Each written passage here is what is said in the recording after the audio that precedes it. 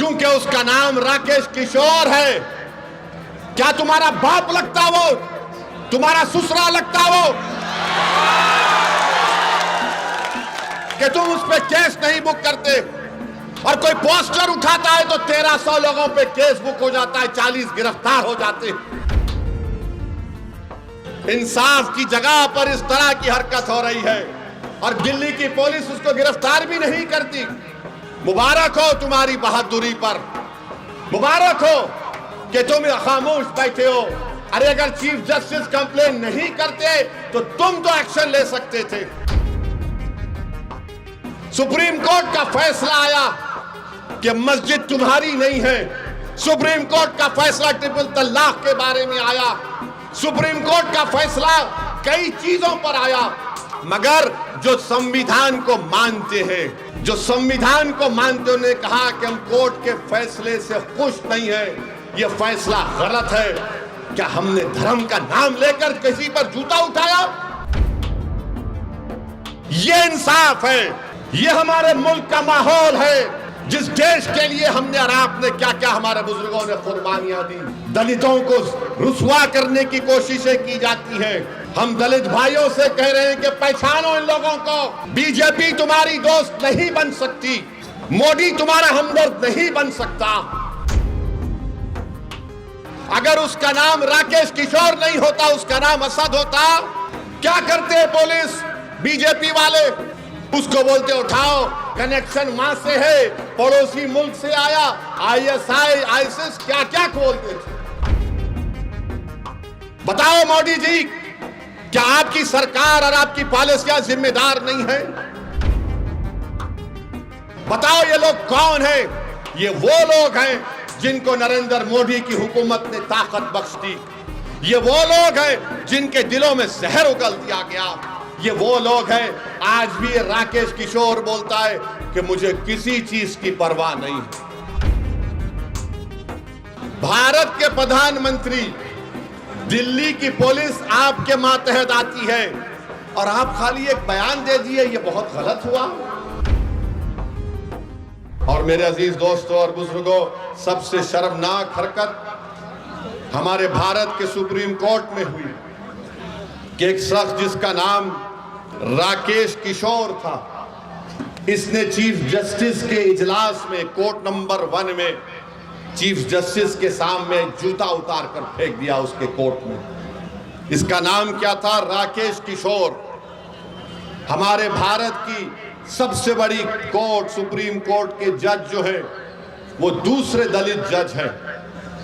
मैं हमारे दलित भाइयों को पैगाम देना चाह रहा हूं, हमारे अंबेडकरवादी आइडियोलॉजी को मानने वालों को पैगाम दे रहा हूं, जो बाबा साहेब अंबेडकर को मानते हैं उनको पैगाम दे रहा हूं, उन भारत के नागरिकों को जो संविधान को मानते हैं उनको पैगाम दे रहा हूं।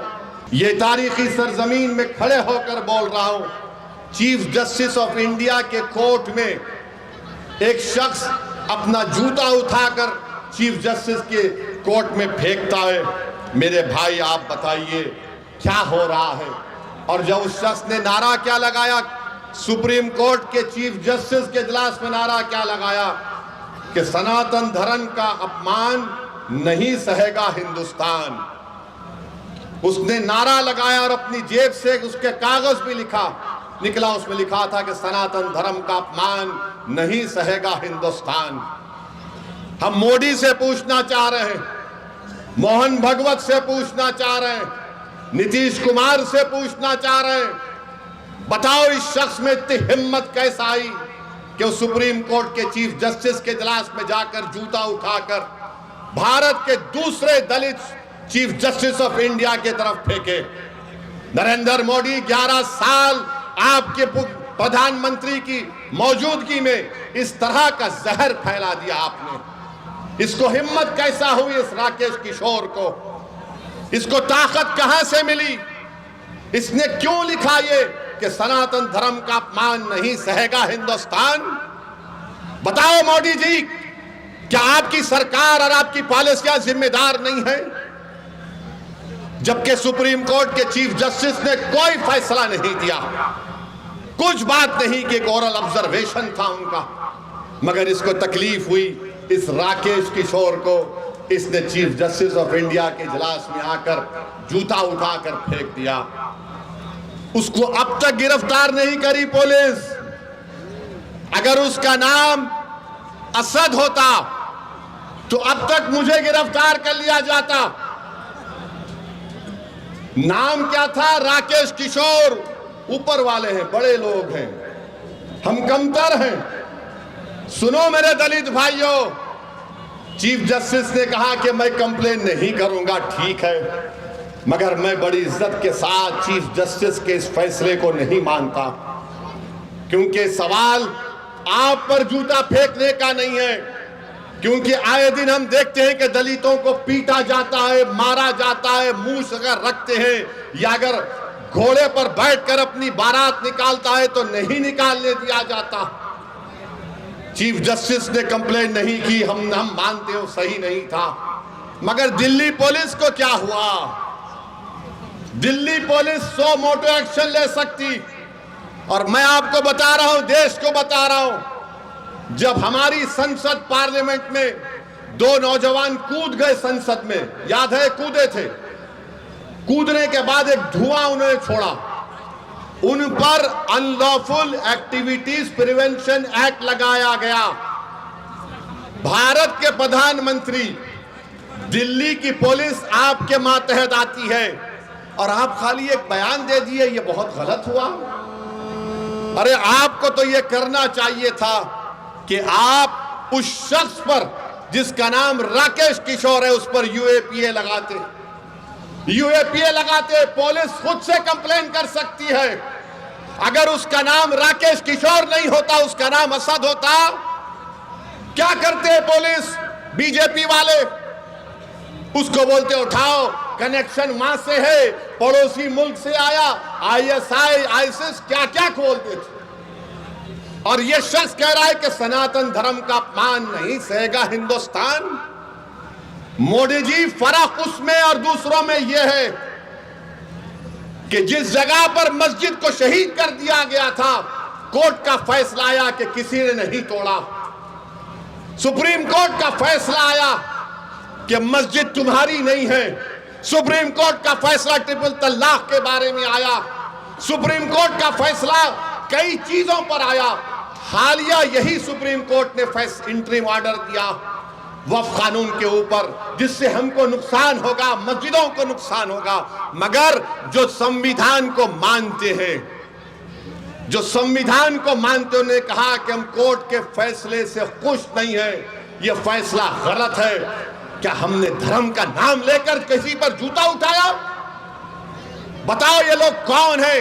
ये वो लोग हैं जिनको नरेंद्र मोदी की हुकूमत ने ताकत बख्श दी। ये वो लोग हैं जिनके दिलों में जहर उगल दिया गया।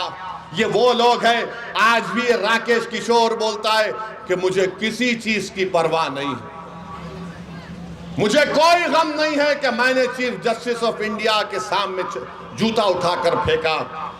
ये क्या हो रहा है हमारे देश में? इंसाफ की जगह पर इस तरह की हरकत हो रही है और दिल्ली की पुलिस उसको गिरफ्तार भी नहीं करती। मुबारक हो तुम्हारी बहादुरी पर, मुबारक हो कि तुम खामोश बैठे हो। अरे अगर चीफ जस्टिस कंप्लेन नहीं करते तो तुम तो एक्शन ले सकते थे, लेकर जाते हो उसको। उत्तर प्रदेश में बच्चों को पकड़ा जाता है, पीटा जाता है और पुलिस की गाड़ी से उतारकर उनको बोलते हैं कि कान पकड़कर माफी मांगो, क्योंकि उसका नाम राकेश किशोर है। क्या तुम्हारा बाप लगता वो? तुम्हारा ससुरा लगता वो कि तुम उस पे केस नहीं बुक करते? और कोई पोस्टर उठाता है तो 1300 लोगों पे केस बुक हो जाता है, 40 गिरफ्तार हो जाते। सुप्रीम कोर्ट के चीफ जस्टिस के कोर्ट में जूता फेंकता है और ये लोग कोई केस रजिस्टर नहीं करते, पकड़ना तो दूर की बात। ये इंसाफ है, ये हमारे मुल्क का माहौल है, जिस देश के लिए हमने और आपने क्या क्या हमारे बुजुर्गों ने कुर्बानियां दी। दलितों को रुसवा करने की कोशिशें की जाती हैं। हम दलित भाइयों से कह रहे हैं कि पहचानो इन लोगों को, बीजेपी तुम्हारी दोस्त नहीं बन सकती, मोदी तुम्हारा हमदर्द नहीं बन सकता। भारत की तारीख का दूसरा दलित चीफ जस्टिस ऑफ इंडिया है। ये चीफ जस्टिस ऑफ इंडिया के वालिद जो थे, उनके वालिद जब बाबा साहेब अंबेडकर ने हिंदुइज्म को छोड़कर नागपुर में बौद्ध मजहब को इख्तियार किया तो उनके वालिद साथ थे बाबा साहेब अंबेडकर के। मेरे भाई, ये हालात है वतन अजीज के।